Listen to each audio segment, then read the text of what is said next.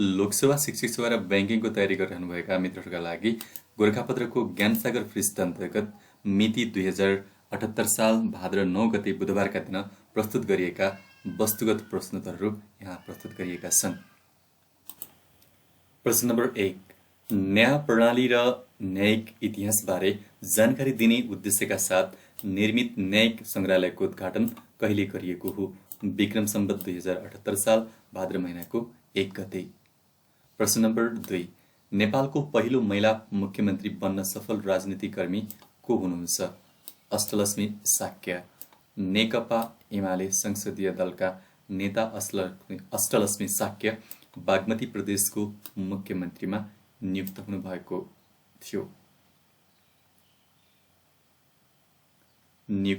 छ। प्रश्न नम्बर 3, सार्वजनिक यातायात नियमन गर्ने उद्देश्यका साथ अनलाइन मोनिटरिङ सिस्टम कहिलेदेखि लागू गरिएको हो? विक्रम सम्वत 2077 साल मङ्सिर 4 गतेदेखि। प्रश्न नम्बर 4, 12वटा अन्तर्राष्ट्रिय भाषामा 12 लाइनको गीत रेकर्ड गराए विश्व कीर्तिमान गर्ने नेपाली सर्जक को हुन्? Doctor D.R. उपाध्याय। प्रश्न नम्बर 5, विक्रम सम्वत 2077 साल फागुनमा नगर विकास कोषद्वारा सार्वजनिक प्रतिवेदन अनुसार आयोजनाको कार्यान्वयन तथा व्यवस्थापनका हिसाबले उत्कृष्ट बन्न सफल नगरपालिका कुन हो? तालबन्दी नगरपालिका, सर्लाही। प्रश्न नम्बर 6, गैर आवासीय नेपाली सङ्घको 10औं विश्व सम्मेलनको आयोजना कहिले हुने भएको छ? विक्रम सम्वत 2078 साल कार्तिक 6 देखि 8 काठमाडौँमा।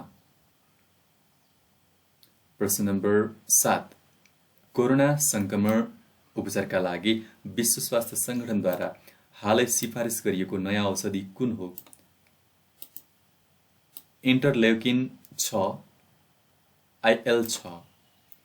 WHO ले सन् 2021 जुलाई 6 मा यो औषधि सिफारिस गरेको र प्रतिरक्षा बढाउन यो औषधि प्रभावकारी हुने विश्वास गरिएको छ। प्रश्न नम्बर 8, वर्ल्ड हेल्थ अवार्ड 2020 बाट सम्मानित हुने नेपाली चिकित्सक को हुनुहुन्छ?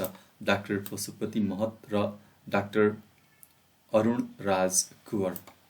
प्रश्न नम्बर 9, पुनर्निर्मित धरहराको उद्घाटन कहिले गरिएको हो? पुनर्निर्मित धरहराको उद्घाटन विक्रम सम्वत 2078 वैशाख 11 मा गरिएको हो। प्रश्न नम्बर 10, नेपालका सरकारी सञ्चार माध्यमहरूको परिवर्तित नारा के हो? समृद्धिका लागि सञ्चार। यस अघिको नारा विकासका लागि सञ्चार रहेको। नेपालका सरकारी सञ्चार माध्यमका रूपमा नेपाल टेलिभिजन, रेडियो नेपाल, रासस राष्ट्रिय समाचार समिति र गोरखापत्र रहेका छन्। प्रश्न नम्बर 11, देशमा सबैभन्दा पहिले स्थापित लिक्विड अक्सिजन प्लान्ट कहाँ रहेको छ? देशमा सबैभन्दा पहिला स्थापित लिक्विड अक्सिजन प्लान्ट सिमरहवा रूपन्देहीमा रहेको छ। यसको उद्घाटन विक्रम सम्वत 2078 जेठ 30 मा भएको थियो। यस प्लान्टमा दैनिक 60 मेट्रिक टन अक्सिजन उत्पादन हुने गरेको छ। र त्यसैगरी प्रश्न नम्बर 12, नेपालकै पहिलो महिला फिफा रेफ्री को हुन्? कल्पना शर्मा। प्रश्न नम्बर 13, विश्व क्षयरोग दिवस कहिले मनाइन्छ? हरेक वर्ष मार्च 24 मा। सन् 2021 को नारा सङ्केत समयको क्षयरोग अन्त्यको। The clock is ticking. प्रश्न नम्बर 14, राष्ट्रिय महिला अधिकार दिवस कहिले मनाइन्छ? जेठ 16 गते। हरेक वर्ष जेठ 16 गते। महिलाको सुरक्षा र अधिकार, सङ्कटकालीन व्यवस्थापन, हाम्रो सरकार। विक्रम सम्वत 2078 जेठ 16 मा महिलाको सुरक्षा र अधिकार, सङ्कटकालीन व्यवस्थापन, हाम्रो सरकार नाराका साथ तेस्रो राष्ट्रिय महिला अधिकार दिवस मनाइएको थियो। महिलाको हक अधिकार सम्बन्धमा प्रतिनिधि सभामा पेश भएको प्रस्ताव विक्रम सम्वत 2063 जेठ 16 मा तत्कालीन प्रतिनिधि सभाबाट पारित भएको दिनलाई विशेष रूपमा स्मरण गर्दै प्रत्येक वर्ष जेठ 16 गतेका दिन यो दिवस मनाउन सुरु गरिएको हो। प्रश्न नम्बर 15 आर्थिक वर्ष 2078-79 को बजेट मार्फत ज्येष्ठ नागरिक भत्ता कति पुर्याइएको छ? रु 4000। आर्थिक वर्ष 2076-77 को बजेटले सो भत्ता 2000 रुपैयाँबाट 3000 रुपैयाँ पुर्याइएको थियो। त्यसैगरी हाल 70 वर्ष उमेर पुगेका ज्येष्ठ नागरिकलाई मासिक भत्ता दिने गरिन्छ। आर्थिक वर्ष 2051-52 देखि ज्येष्ठ नागरिक भत्ता प्रदान गर्न थालिएको थियो। सुरुवातमा 75 वर्ष पुरा भएका वृद्धलाई मासिक 100 रुपैयाँ सामाजिक सुरक्षा भत्ता प्रदान गर्ने गरिएको थियो। प्रश्न नम्बर 16 साहित्यकार डाक्टर वानीरा गिरीको निधन कहिले भएको हो? विक्रम सम्वत 2078 साल जेठ 9 गते। डाक्टर गिरीका कारागार उपन्यास शब्दातीत शान्तनु उपन्यास एउटा अर्को जङ्गबहादुर कविता संग्रह लगायतका चर्चित कृतिहरू रहेका छन्।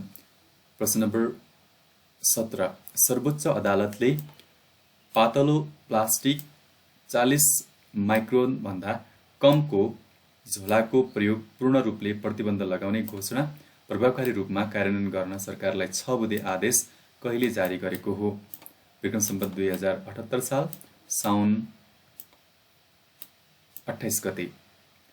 प्रश्न नम्बर 18 साउदी अरबले कारागारमाथि लगाएको नाकाबन्दी कहिलेदेखि हटाएको हो?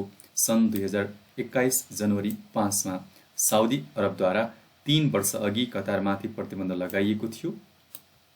त्यसैगरी प्रश्न नम्बर 19 2007 साल अघि नेपालको कति राष्ट्रसँग कूटनीतिक सम्बन्ध कायम भएको थियो? 4 राष्ट्रहरूसँग बेलायत, अमेरिका, भारत र फ्रान्स। प्रश्न नम्बर 20 विश्वकै अग्लो होटल कहाँ खुलेको छ? चीनमा, जसको नाम हो जे होटल। चीनको सांघाईमा निर्मित सो होटल सन् 2021 जुन 19 देखि सञ्चालनमा आएको छ। होटलको उचाइ 632 मिटर रहेको छ। प्रश्न नम्बर 21 विश्वमा सबैभन्दा धेरै शरणार्थी हुन बाध्य भएको देश कुन हो? सिरिया। प्रश्न नम्बर 22 विश्व कछुवा दिवस कहिले मनाइन्छ? हरेक वर्ष मे 23 मा। प्रश्न नम्बर 23 नेपालको इतिहासमा पहिलो दलित सचिव बन्न सफल व्यक्ति को हुनुहुन्छ? डाक्टर मानबहादुर विश्वकर्मा। प्रश्न नम्बर 24 10,000 किशोरी र महिलाहरूलाई डिजिटल साक्षरता एवं वित्तीय साक्षरता प्रदान गर्ने उद्देश्य अनुरूप स्मार्ट छोरी नामक अभियान कहिले सुरु गरिएको हो?